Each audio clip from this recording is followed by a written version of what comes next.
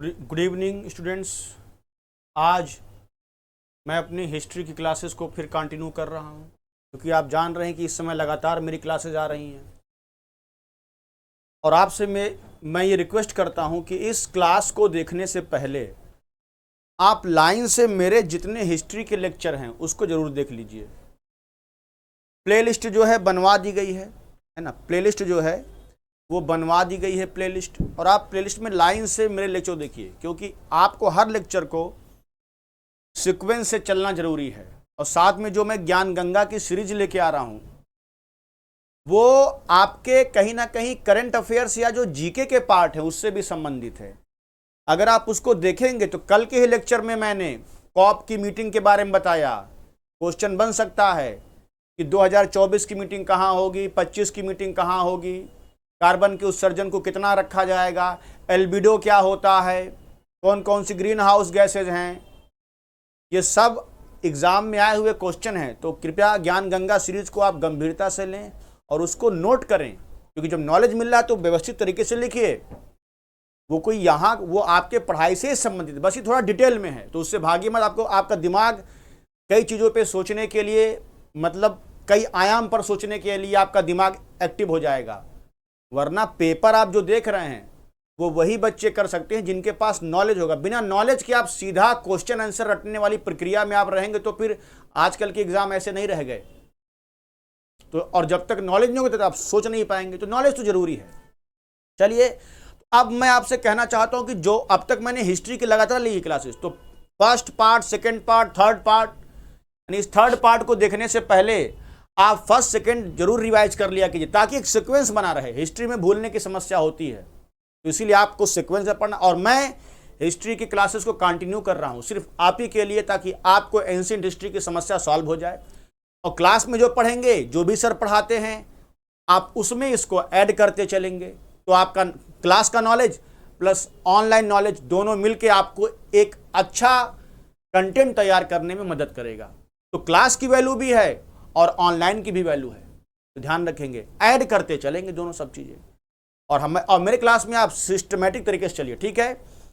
तो अब हाँ, फिर मैं कहूँगा मेरी बोलने की स्पीड थोड़ी स्लो होती है, तो आप रिकॉर्डेड लेक्चर है कभी भी देख सकते हैं, आप स्पीड बढ़ा के देख सकते हैं, लेकिन आप इसको देखिए जरूर और लाइन से इसको सिस्टम तरीके से नोट करते चलिए। चलिए, आज मैं कुछ शुरू करता हूँ। फिर तो हमने आपको पढ़ाया था पूरा लेक्चर, अब चलिए हम लोग अपने लेक्चर पे चलते हैं। तो फिर मैं थोड़ा जगहों को आपको दिखा देता हूं ताकि जगह आपको ध्यान रहे। मैंने शुरू किया था हड़प्पा से, हड़प्पा बताया था, ठीक है। उसके बाद मैंने आपको बताया था मोहनजोदड़ो के बारे में। किसके बारे में? मोहनजोदड़ो के बारे में बताया था। ये हड़प्पा है, और हड़प्पा के साउथ में आएंगे तो मिलेगा मोहनजोदड़ो। आप भले ही थोड़ा आपको मोबाइल में क्लियर ना हो रहा हो, लेकिन मैं यहाँ एच मतलब हड़प्पा, जहाँ पे सर्किल है हड़प्पा है, यहाँ पे मोहनजोदड़ो है, ठीक है। और फिर मैंने आपको बताया था जस्ट मोहनजोदड़ो के नीचे आएंगे तो यहाँ पे आप देखेंगे चनहुदड़ो है। तो मतलब पहले मोहनजोदड़ो, सॉरी, पहले हड़प्पा आएगा, उसके नीचे क्या आएगा? मोहनजोदड़ो, फिर आएगा चनहुदड़ो। तो हड़प्पा के ये सब किधर पड़ेंगे? साउथ में पड़ेंगे। तो ये थोड़ा लोकेशन ध्यान रखिएगा। तो जिन जिन चीजों को आप देखिए मैप पर भी देखते रहिए। चलिए, अब आगे हम बढ़ते हैं, जो स्थल बचे हुए हैं उनको पढ़ाते हैं, ठीक है। अब हम लोग स्थल में आएंगे तो अब हम लोग देखेंगे ये कालीबंगा, ठीक है। अब हम लोग कालीबंगा के बारे में बात करेंगे, आराम से पढ़ेंगे, ठीक है। कालीबंगा कहां है? राजस्थान में, आप जानते हैं। और किस नदी के किनारे? घग्घर नदी के किनारे।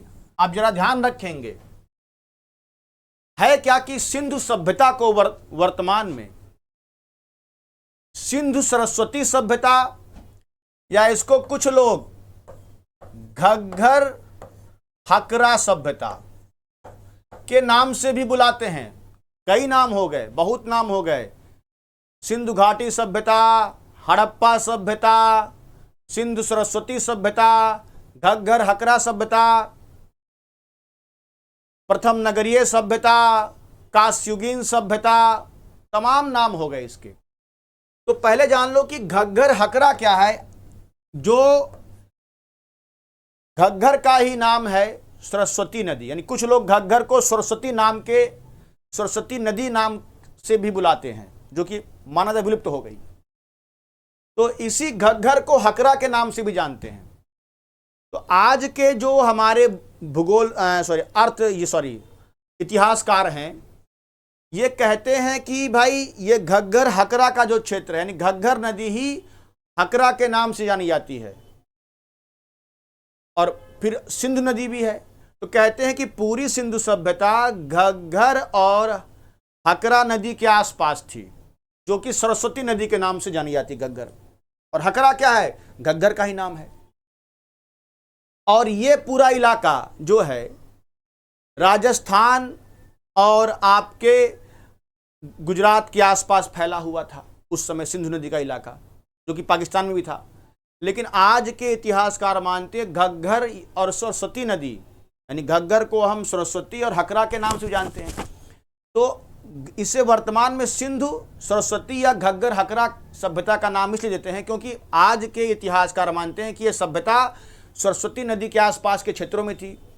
और अब के इतिहासकार कहते हैं कि इस सभ्यता का प्रमुख केंद्र कालीबंगा था। थोड़ा मैं एक्स्ट्रा बोल दिया, ध्यान रखेंगे।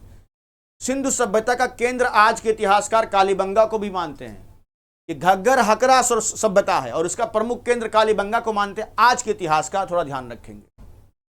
तो ये कालीबंगा के मारे थोड़ा मैंने एक्स्ट्रा बताया, जो ध्यान रखिएगा कि इसको अब घग्गर हकरा सभ्यता भी बोलते हैं, क्योंकि अब इसको सिंधु से जोड़ना नहीं चाहते। वो कहते हैं घग्गर हकरा सभ्यता यानी घग्गर नदी के आसपास थी, या इसको सिंधु सरस्वती सभ्यता जोड़ देते हैं। अब पुराने तो क्या है वो तो आप जानते ही हैं। तो आप देखेंगे ये जो आपका कालीबंगा दिख रहा है, कालीबंगा को वर्तमान में सिंधु सभ्यता का केंद्र भी बोला जाता है, जो वर्तमान रिसर्च हो रही है। हाँ, लेकिन अब मेरा मुद्दा है कालीबंगा में क्या क्या मिले। तो कालीबंगा कहाँ है? राजस्थान में है। और घग्गर नदी के कहाँ है? बाएं तट पे है। ध्यान रखिएगा, बाएं तट पे है घग्गर नदी के। आप कमेंट बॉक्स में जवाब देंगे हड़प्पा सभ्यता यानी हड़प्पा नगर और मोहनजोदड़ो। हड़प्पा किस तरफ पड़ता है? बाएं की दाएं में? किस नदी के? रावी नदी के। आप कमेंट बॉक्स में जवाब देंगे हड़प्पा रावी नदी के किस तरफ है।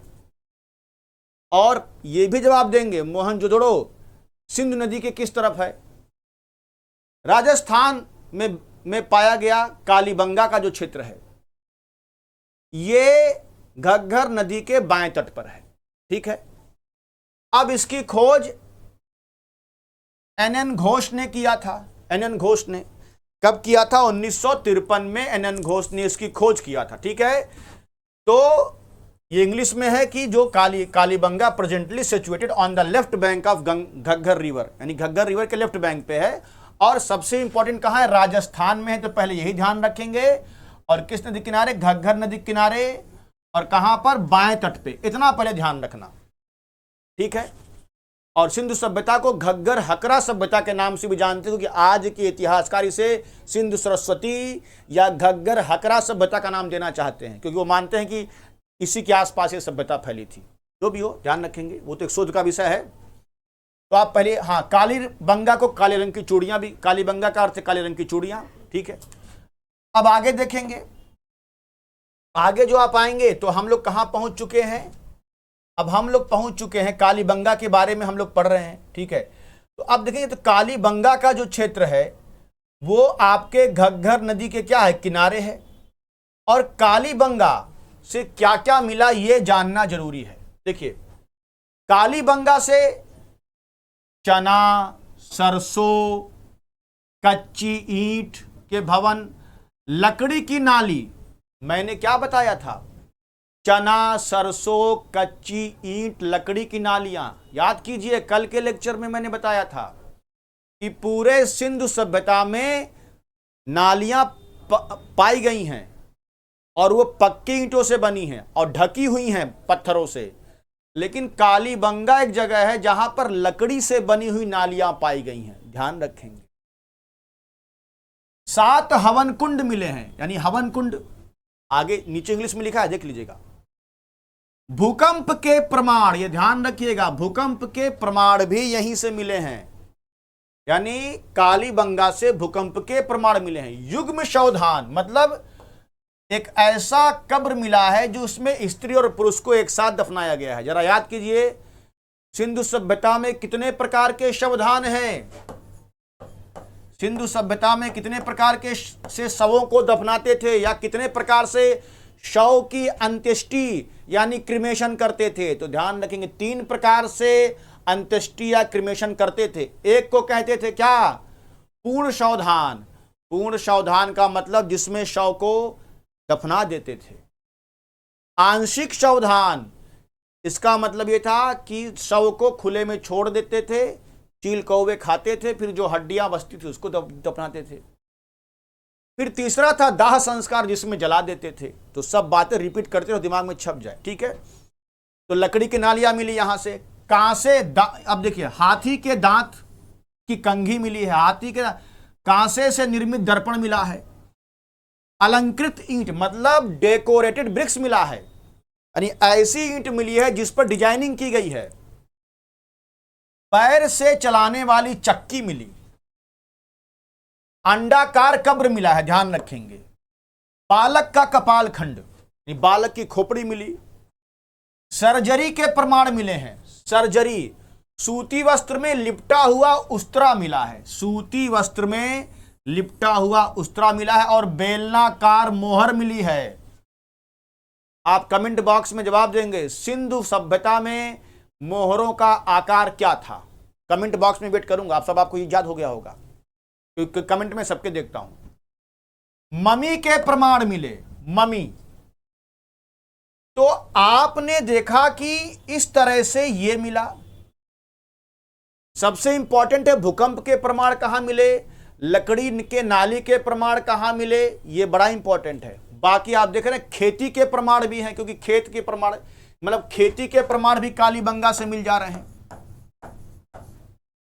आइयो ध्यान रखना, ठीक है।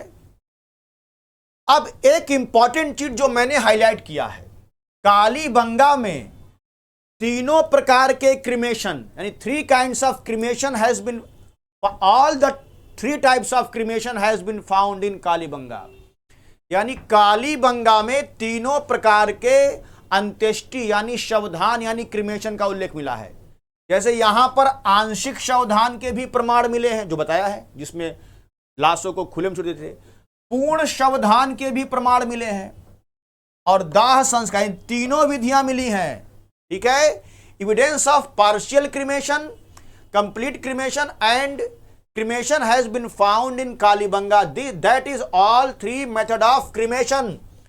All 3 method of cremation have been found in Kalibanga. तो ध्यान रखना, क्वेश्चन क्या बनेगा, तीनों प्रकार के शवधान के प्रमाण किस जगह से मिले हैं? कालीबंगा से मिले हैं।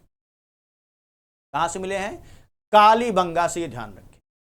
आगे चलते हैं तो ध्यान रखेगा, इसमें क्या भूकंप वाला, लकड़ी की नाली, और तीनों प्रकार के क्या शवधान, यानी कि तीनों प्रकार के क्रिमेशन कहां से मिले? कालीबंगा से। बाकी खेती के प्रमाण भी यहां से मिले हैं, आपको दिख ही रहा है, बेलनाकार मोहर, ममी, ये सब ध्यान रखिए। लेकिन मेन उसमें भूकंप वाला है और खेत वाला है, और ये तीनों प्रकार के शवधान मिले।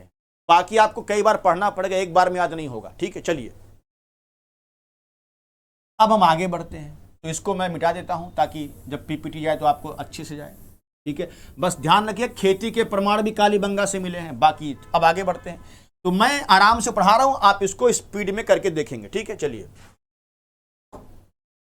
अब देखो, लोथल की बात करते हैं। लोथल, जैसे आपने पढ़ा, हड़प्पा जो है रावी नदी किनारे, मोहनजोदड़ो सिंधु नदी किनारे, कालीबंगा कहाँ? राजस्थान में, घग्गर नदी के किनारे।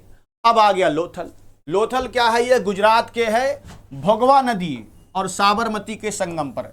लेकिन आमतौर पे मेन इलाका इसका भोगवा है, लेकिन तो भोगवा है, बाकी भोगवा और साबरमती के संगम पर भी कह सकते हैं।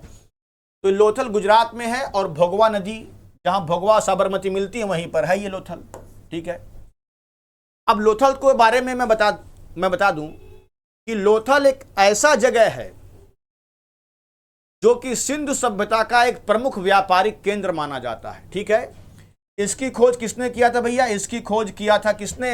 S.R. राव ने किया था। किसने किया था? इसकी खोज किया था किसने? S.R. राव ने। तो मैं इसको आपको कर दे रहा हूं। ये S.R. राव ने खोज किया, ठीक है। और किस नदी के किनारे है? तो भैया ध्यान रखना, ये भोगवा नदी के किनारे है। भोगवा नदी के किनारे है, बिल्कुल ध्यान रखेंगे। और ये कहां पर है? गुजरात में है। कहां पर है ये? गुजरात में है। अब देखो, ये सिंधु सभ्यता का प्रमुख केंद्र था। और ये पूरा लोथल एक ही प्राचीर अर्थात दीवार से घिरा हुआ है। कहोगे इसका मतलब? ये बड़ा इंपॉर्टेंट है, क्योंकि मैंने बताया था कि याद करो, सिंधु सभ्यता के जो स्थल हैं, पश्चिम में क्या है? दुर्ग है, पूरब में नगर है। मेरे बच्चों को सब याद होना चाहिए, पश्चिम में दुर्ग है और पूरब में नगर है। और आपको पता होगा कि पश्चिम और पूरब में क्या थे?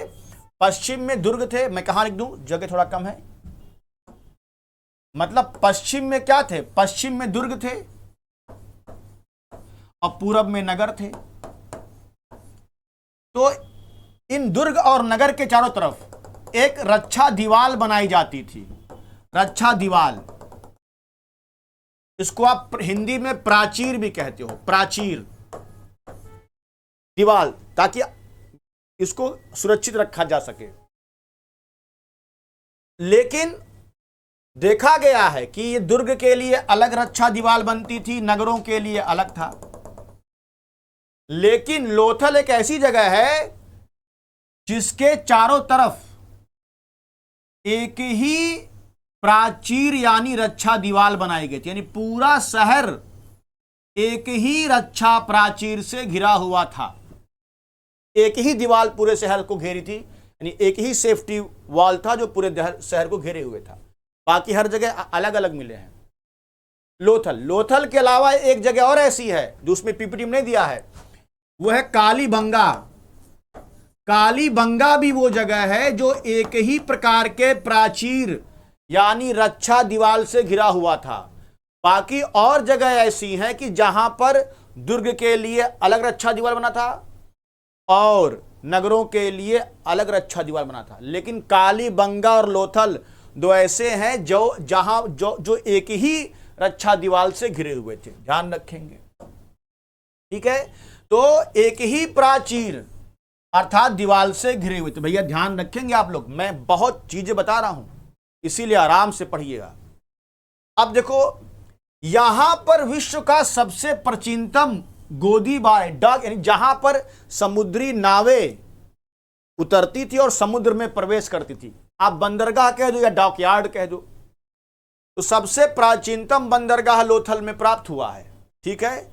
और इसे ध्यान रखेंगे लघु हड़प्पा, क्या इसे लघु हड़प्पा या लघु मोहनजोदड़ो भी कहा जाता है। ध्यान रखना, इसे मिनी हड़प्पा भी कहते हैं। तो क्वेश्चन बनेगा, लोथल को किस नाम से जानते हैं? मिनी हड़प्पा भी कहते हैं, लघु हड़प्पा। क्योंकि पता है, लोथल एक बहुत बड़ा व्यापारिक केंद्र था सिंधु सभ्यता का। यहीं से मेसोपोटामिया और फारस से सब व्यापार होते थे, ठीक है। तो इसको आप ध्यान रखेंगे। अब आगे बढ़ते हैं। और लोथल का मतलब होता है मुर्दों का नगर। जैसे मोहनजोदड़ो का मतलब है मुर्दों का टीला, वैसे लोथल का मतलब होता है मुर्दों का नगर। ये ध्यान रखिएगा आप लोग, ठीक है। अब चलिए, तो मैंने बता दिया इसमें आपको क्या क्या पॉइंट मैं फिर से हाईलाइट कर रहा हूं, फिर से रिपीट करते चलते हैं।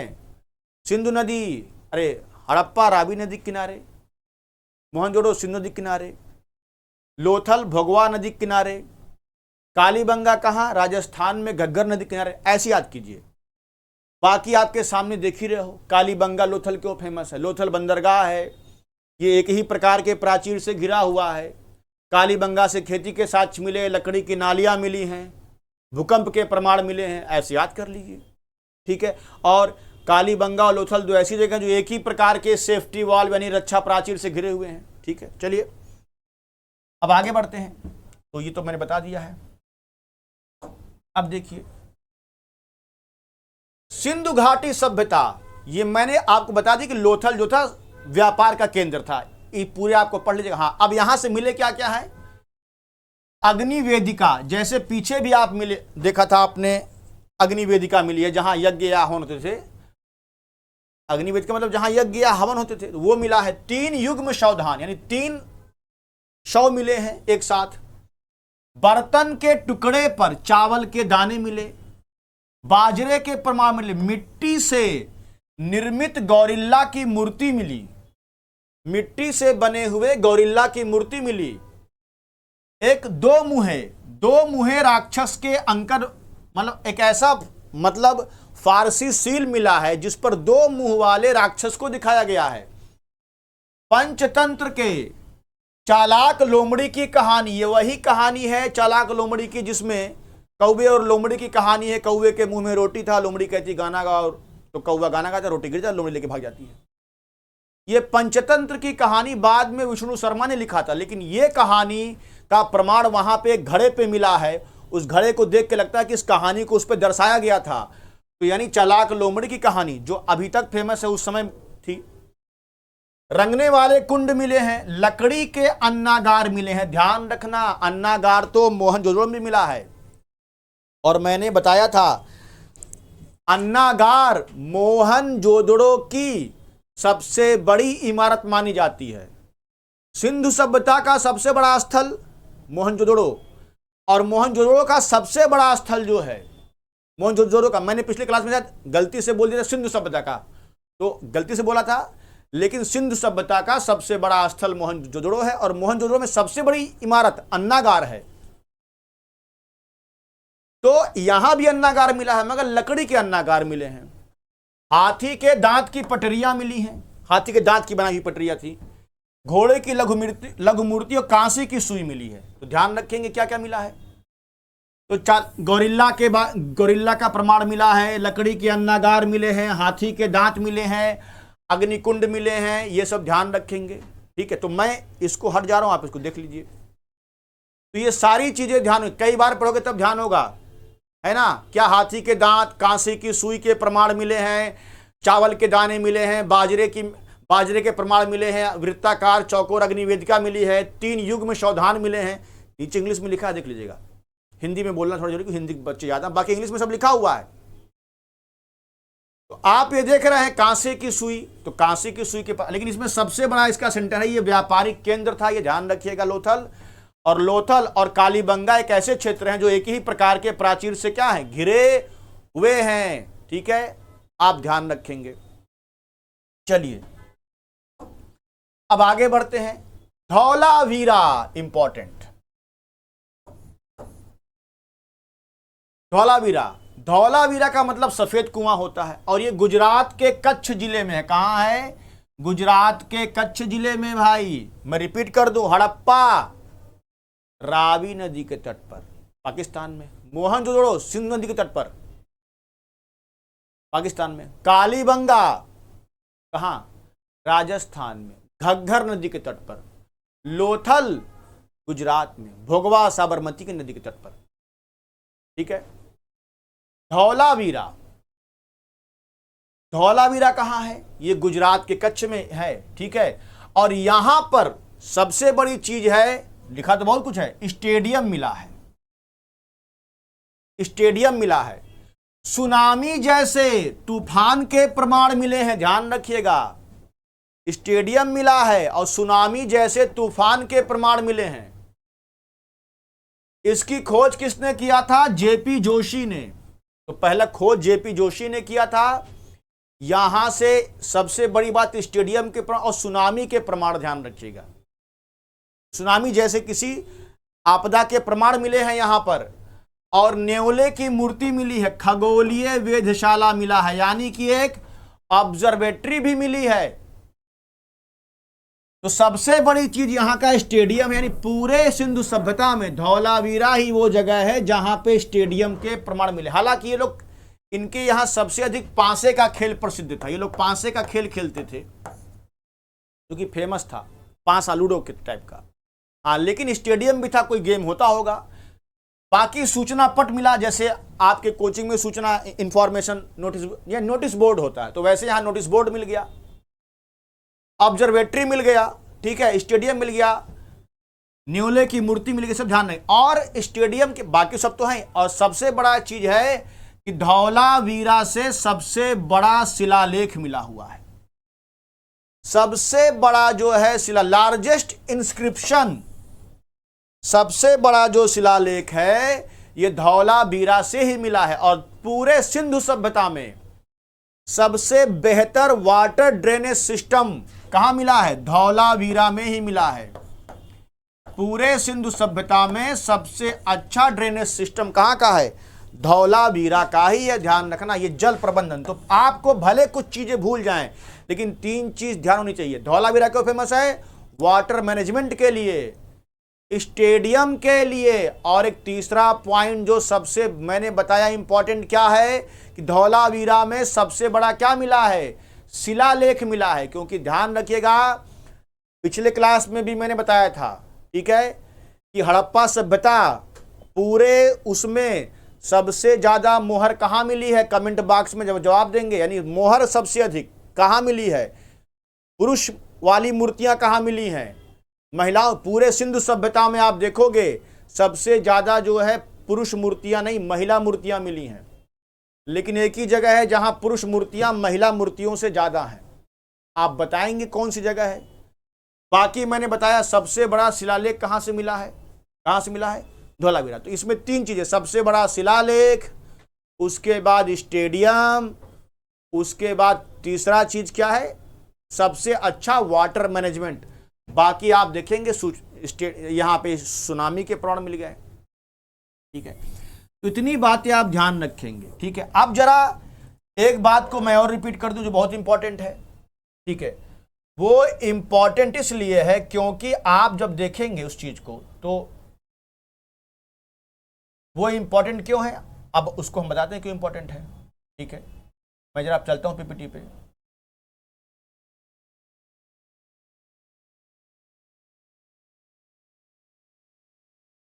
आता हूं।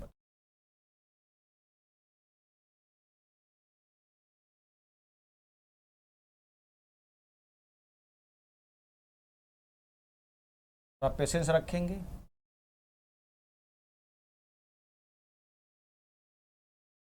हाँ, इस पॉइंट को जरा देखिएगा, ये मैं लाया आपके लिए ताकि आपका जाए। सिंधु सभ्यता के सर्वाधिक अभिलेख युक्त मोहर कहां मिली? हड़प्पा में। सब the seal containing the most inscription of the Indus Valley civilisation has been found from Harappa. सबसे ज्यादा ऐसे सील जिस पर इंस्क्रिप्शन हो, मतलब कुछ ना कुछ लिखा हो, सबसे ज्यादा इंस्क्रिप्शन वाली सील कहां से मिली? हड़प्पा से। लेकिन सबसे ज्यादा जो सील मिली है, मोहर मिली है, वो मोहनजोदड़ो से प्राप्त हुई है। और सबसे बड़ा शिलालेख कहां से मिला है?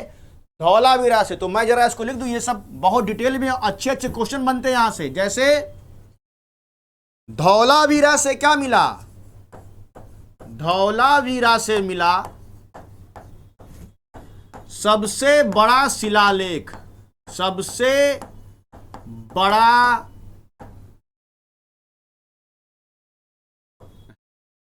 बार बार इसमें जाता है। धौलावीरा से मिला, क्या मिला? सबसे बड़ा शिलालेख। बड़ा शिलालेख लिख देता हूं, बड़ा शिलालेख, क्योंकि मिटाने पे बहुत ज्यादा मिट जाता है। बड़ा शिलालेख मिला। फिर आपने देखा सबसे हड़प्पा से क्या मिला? हड़प्पा से मिला सर्वाधिक अभिलेख वाले मोहर मिले। अभिलेख वाले मोहर मिले, सर्वाधिक अभिलेख मतलब ऐसा मोहर जिसपे बहुत ज्यादा इंस्क्रिप्शन था, कुछ लिखा हुआ होगा। लेकिन अगर कहा जाए सबसे ज्यादा मोहर कहां से मिली, तो सबसे ज्यादा मोहर कहां से मिली? मोहनजोदड़ो से। मोहनजोदड़ो से क्या मिला? सबसे ज्यादा मोहर मिली, सबसे ज्यादा मोहर मिली। और आप बताएंगे कि सिंधु सभ्यता की जो मोहर थी वो कैसी थी, आकार क्या था। तो मिलाने को आता है। सबसे बड़ा शिलालेख धौलावीरा, सर्वाधिक अभिलेख वाली मोहर कहां मिली? हड़प्पा में। और सबसे ज्यादा मोहर कहां मिली? आप पता है मोहनजोदड़ो में, तो ये 3 बातों में कंफ्यूज मत होइएगा भैया, ये आप जो है हालांकि लिखा है लेकिन दिमाग से उतर जाता है, ध्यान रखेंगे। चलिए तो इसको आप जो है एक बार देख लेंगे, ठीक है, आराम से पढ़िए, जल्दीबाजी नहीं करना है।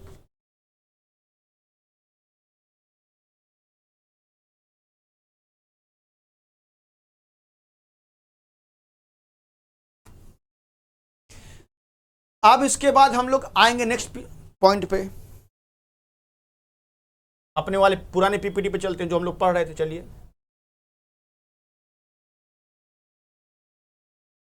ये सब हो चुका था, कालीबंगा,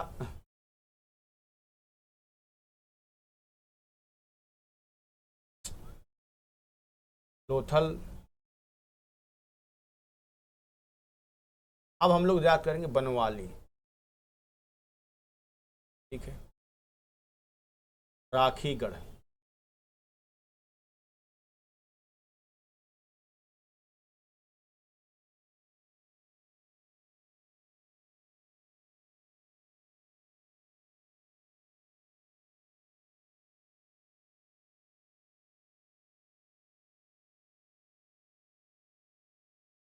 आपने देखा कालीबंगा तो हो चुका, कालीबंगा कहाँ चला गया ये।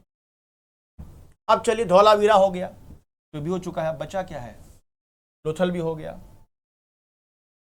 हाँ अब इसमें कुछ चीजें डिस्टर्ब हैं क्या, चलिए अब आगे देखते हैं, थोड़ा सा एक चीज पॉइंट नोट कर लेते हैं कि देखिए सबसे ज्यादा जो है सिंधु सभ्यता के जो स्थल हैं, यानी आजादी के बाद सिंधु सभ्यता के सबसे अधिक स्थल जो है गुजरात में खोजे गए।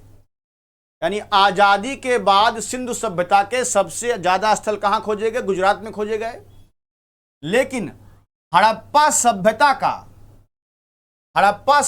का सबसे ज्यादा स्थल कहां खोजा गया, गुजरात में। लेकिन हड़प्पा सभ्यता में देखा जाए सबसे बड़ा स्थल कौन है, मोहनजोदड़ो। यानी आजादी के 2-3 बातें, आजादी के बाद सबसे ज्यादा खुदाई अगर सिंधु सभ्यता की हुई है तो कहां हुई, गुजरात में हुई। भारत की बात कर रहा हूं, यानी भारत में सबसे अधिक स्थल गुजरात में मिले हैं आजादी के बाद। और सबसे बड़ा स्थल भारत में कहा जाए तो राखीगढ़ है, अभी राखीगढ़ के बारे में पढ़ेंगे। भारत में सबसे बड़ा स्थल कौन है, राखीगढ़ है। लेकिन वैसे कहोगे सबसे बड़ा स्थल कौन है पूरे सिंधु सभ्यता में, तो पूरे सिंधु सभ्यता में सबसे बड़ा स्थल किसको मानते हैं, मोहनजोदड़ो को मानते हैं। पूरे सिंधु सभ्यता में सबसे बड़ा स्थल मोहनजोदड़ो को ही मानते हैं, ध्यान रखेंगे, सबसे बड़ा स्थल है। उसके बाद हड़प्पा का नंबर आता है, ठीक है। लेकिन अगर कहा जाए भारत में सबसे बड़ा स्थल कौन है, तो ये राखीगढ़ है। कहां, हरियाणा के पास, वहीं पर है। और अगर कहा जाए कि सिंधु सभ्यता का सबसे ज्यादा स्थल आजादी के बाद भारत में कहां पर हुआ है, सबसे अधिक स्थल कहां खोजा गया, गुजरात में खोजा गया है, ठीक है। तो यहां से 2-3 पॉइंट हैं जो बड़े इंपॉर्टेंट हैं, इसीलिए मैंने इसको बीच में लाया है कि आजादी के बाद सबसे ज्यादा अधिक स्थल गुजरात में खोजे गए हैं। और भारत में सबसे बड़ा स्थल अब किसको मानते हैं, राखीगढ़ को मानते हैं, जो कि हरियाणा के पास है। और हड़प्पा सभ्यता का सबसे बड़ा स्थल है पूरे हड़प्पा सभ्यता का मोहनजोदड़ो है। उसके बाद तब हड़प्पा आता है। यानी अगर कहोगे तो सबसे ऊपर कौन आएगा, मोहनजोदड़ो आएगा नंबर 1 पे।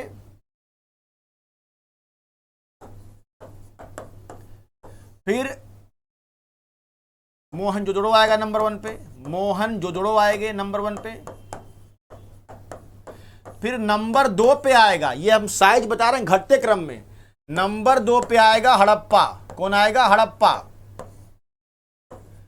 नंबर 3 पे आएगा गनेरीवाल है, ये तीनों पाकिस्तान में है, गनेरीवाल है। यानी सबसे बड़ा स्थल मोहनजोदड़ो है, तो हड़प्पा है, फिर गनेरीवाल है। और उसके बाद नंबर 4 पे आएगा राखीगढ़, जो कि भारत में है, ठीक है। और फिर 5वें पे आएगा धौलावीरा, जो उसके बारे में पढ़े हैं, जहां अभी स्टेडियम मिला है, धौलावीरा। तो आप ये देखेंगे कि सिंधु सभ्यता में आप देखोगे ये पाई जाने वाले जगहों का क्रम है आकार में। घटते क्रम में। तो सबसे बड़ा तो वही है, लेकिन अगर कहा जाए भारत में सबसे बड़ा स्थल कौन है, राखीगढ़ है। कौन है, राखीगढ़ है।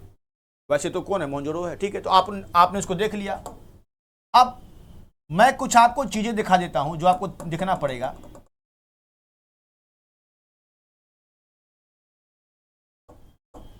जैसे कुछ मैं चीजें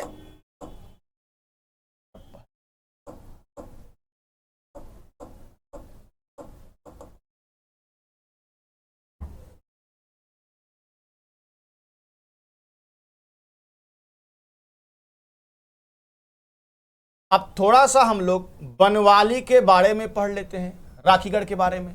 ठीक है, तो अभी तक आपने क्या पढ़ा था, अभी तक आपने पढ़ा था कि लोथल पढ़ लिया, हड़प्पा पढ़ लिया, मोहनजोदड़ो पढ़ लिया, धौलावीरा पढ़ लिया। अब हम लोग थोड़ा सा राखीगढ़ के बारे में पढ़ेंगे, जो कि मैंने बता दिया। राखीगढ़ की सबसे बड़ी विशेषता क्या है, कि राखीगढ़ की सबसे बड़ी विशेषता यही है कि राखीगढ़ भारत में सिंधु सभ्यता का सबसे बड़ा स्थल है, जो कि मैंने पहले बता दिया था। और ये कहां है, हरियाणा में है। अब देखो, राखीगढ़ हरियाणा में है, इसकी खोज किसने किया था, सूरजभान ने किया था, ये बता चुका हूं। यहां से लकड़ी का बना हुआ ताबूत और टेराकोटा से बने हुए पहिए मिले हैं। यानी राखीगढ़ से लकड़ी का बना हुआ ताबूत मिला है, और टेराकोटा मतलब मिट्टी से बने हुए। टेराकोटा कला क्या होती, टेराकोटा कला वो होती है जिसमें मिट्टी से क्या बनाए जाते हैं, खिलौने। तो टेराकोटा से बने हुए पहिए मिले हैं। तो राखीगढ़ में सबसे खास बात यह है कि इस भारत में सबसे बड़ा स्थल है। और खोज किसने किया, सूरजभान ने। हालांकि खोज बहुत ज्यादा नहीं पूछे जाते हैं, लेकिन फिर भी ध्यान रख लीजिएगा। और यहां से लकड़ी का ताबूत और टेराकोटा के बने हुए क्या पहिए मिले हैं, तो ये ध्यान रखेंगे। तो इसको ध्यान रखेंगे, सबसे बड़ा फेमस वही कि यहां टेराकोटा के बने हुए पहिए और लकड़ी का बना हुआ ताबूत, लेकिन सबसे फेमस ये है, सबसे बड़ा स्थल है सिंधु सभ्यता का, तो ध्यान रखेंगे। अब हम लोग थोड़ा सा ध्यान देंगे और चीजों पर। अब राखीगढ़ आपने पढ़ लिया है, तो राखीगढ़ के बाद आप देखेंगे कि और भी चीजें हैं जिसको हम आपको दिखाना चाहते हैं। अन्नागार भी पढ़ लिया आपने, मोहनजोदड़ो पढ़ लिया। ठीक है, उसके बाद आप देखेंगे कालीबंगा भी पढ़ लिया है, और क्या बचा हुआ है, धौलावीरा भी आपने पढ़ लिया है, राखीगढ़ भी पढ़ लिया है। अब एक बचा है बनवाली। बनवाली देख लीजिए। तो पहले रिपीट करते हैं, राखीगढ़ कहां, हरियाणा में। पहले जगह याद करो। हड़प्पा कहां पे है, पाकिस्तान में। मोहनजोदड़ो कहां है, पाकिस्तान। पहले समान तरीके से। कालीबंगा कहां है, राजस्थान में। लोथल कहां है, गुजरात में। राखीगढ़ कहां, हरियाणा में। अब बनवाली कहां है, ये भी हरियाणा में है। कहां है बनवाली, हरियाणा के हिसार जिले में है। यहां से क्या मिला है, यहां पर एक ज्वेलर्स का मकान मिला है, यानी जौहरी के आवास मिले हैं। और मिट्टी का बना हुआ हल मिला है, हाल नहीं है, हल है। मिट्टी का बना हुआ हल मिला है, यानी कोई खिलौना रहा होगा मिट्टी का, उसको हल के रूप में दिखाया गया है। तो जौहरी के आवास मिले हैं, मिट्टी का बना हुआ हल मिला है। कहां से, बनवाली। और बनवाली कहां है, घग्गर नदी के किनारे। और ये वही घग्गर नदी है जिसके किनारे कौन सा स्थान है, ये वही घग्गर नदी है जिसके किनारे है आपका क्या, कालीबंगा। याद आया, कालीबंगा, घग्गर नदी किनारे वाला। तो बनवाली भी वहीं पर है। इसीलिए चूंकि कई स्थल मिल जा रहे हैं घग्गर नदी किनारे, अभी आगे बताऊंगा, इसीलिए कुछ लोग इसको घग्गर हखरा सभ्यता के नाम से भी जानते हैं। चलिए, अब एक इंपॉर्टेंट बात ये लिखा हुआ है, हड़प्पा सभ्यता में जल निकास प्रणाली के लिए प्रसिद्ध थी। हड़प्पा सभ्यता आपको पता है पहले ही जल निकास प्रणाली के लिए फेमस था। लेकिन बनवाली हड़प्पा सभ्यता का वह क्षेत्र है जहां पर जल निकास प्रणाली का अभाव था। भैया ध्यान रखना, सबसे इंपॉर्टेंट पॉइंट यही है कि पूरे हड़प्पा सभ्यता में जल निकास प्रणाली बहुत अच्छी थी। नालियां थी, पक्की ना, कई बार बता चुका हूं। और लकड़ी की नालियां कहां मिली, कालीबंगा से। लेकिन थोड़ा बनवाली इस मामले में पीछे था। बनवाली वो जगह है जहां पर प्रॉपर ड्रेनेज सिस्टम का अभाव पाया गया, यानी जहां पर जल निकास प्रणाली अच्छी नहीं थी। तो ध्यान रखिएगा। और यहां पर चावल की भूसी और गोबर के मिट्टी में मिलाए गए लेप से प्लास्टर बनाया गया है। जैसे आज हम लोग सीमेंट यूज करते हैं, तो यहां बनवाली में एक दीवार मिली है। उस दीवार पर क्या है, उस दीवार पर चावल की भूसी और गोबर के मिट्टी में मिला हुआ कोई प्लास्टर टाइप का है जिसको लगाया गया है दीवार पर, तो वहां पे जो प्लास्टर मिला है वो चावल की भूसी और गोबर की मिट्टी में मिले हुए लेप से प्लास्टर बनाया गया है। ठीक है, तो ये कहां का क्षेत्र है? बनवाली का क्षेत्र है। तो आज आप कितने स्थल पढ़ चुके हैं? मैं एक बार दिखा दूं। आप हड़प्पा पढ़ चुके हो, मोहनजोदड़ो पढ़ चुके हो, पहले नोट कर लो कितना पढ़ चुके हो। फिर आप पढ़ चुके हो राखीगढ़ पढ़ चुके हो, बनवाली पढ़ चुके हो, वहां क्या क्या मिला ये पढ़ चुके हो। ठीक है, बनवाली पढ़ चुके हो, कालीबंगा पढ़ चुके हो, कालीबंगा पढ़ चुके हो, लोथल पढ़ चुके हो। ठीक है, धौलावीरा पढ़ चुके हो। आप देखिए धीमे धीमे बहुत सारे स्थल पढ़ चुके हैं। 1 2 3 4 5 6 7 स्थल पढ़ चुके, धीमे धीमे पढ़ रहे हैं, लेकिन मन से पढ़िए। अब एक चीज बता दूं, ठीक है, अगर आप देखेंगे तो मैंने आपको इतना तो बता दिया, लेकिन यहां पे एक चीज आप ध्यान दीजिए, मैं फिर कहने जा रहा हूं कि सिंधु सभ्यता में देखा गया है कि वहां के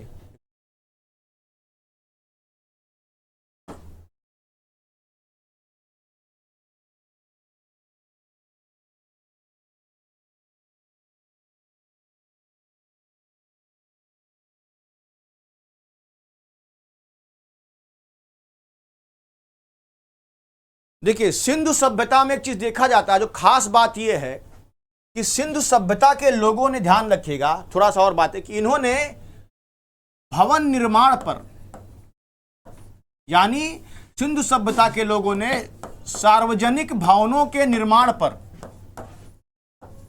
सार्वजनिक भवनों के निर्माण पर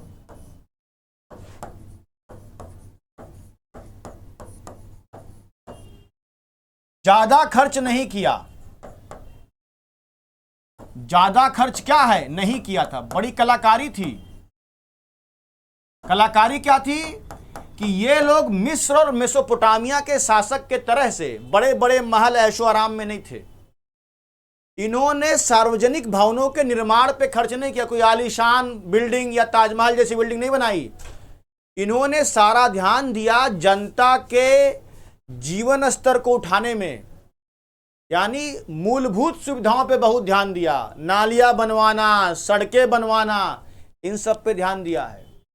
इसीलिए कह सकते हैं कि सिंधु सभ्यता का जीवन स्तर भी बड़ा अच्छा था। और एक चीज और, युद्ध का प्रमाण इनके यहां नहीं मिलता। बस युद्ध का प्रमाण मतलब कि हथियार तो मिले हैं, लेकिन डिफेंसिव हथियार नहीं मिले हैं, जैसे खुद को बचाने के लिए जो हथियार वो नहीं मिले हैं। इसका मतलब ये लोग युद्ध प्रिय नहीं थे।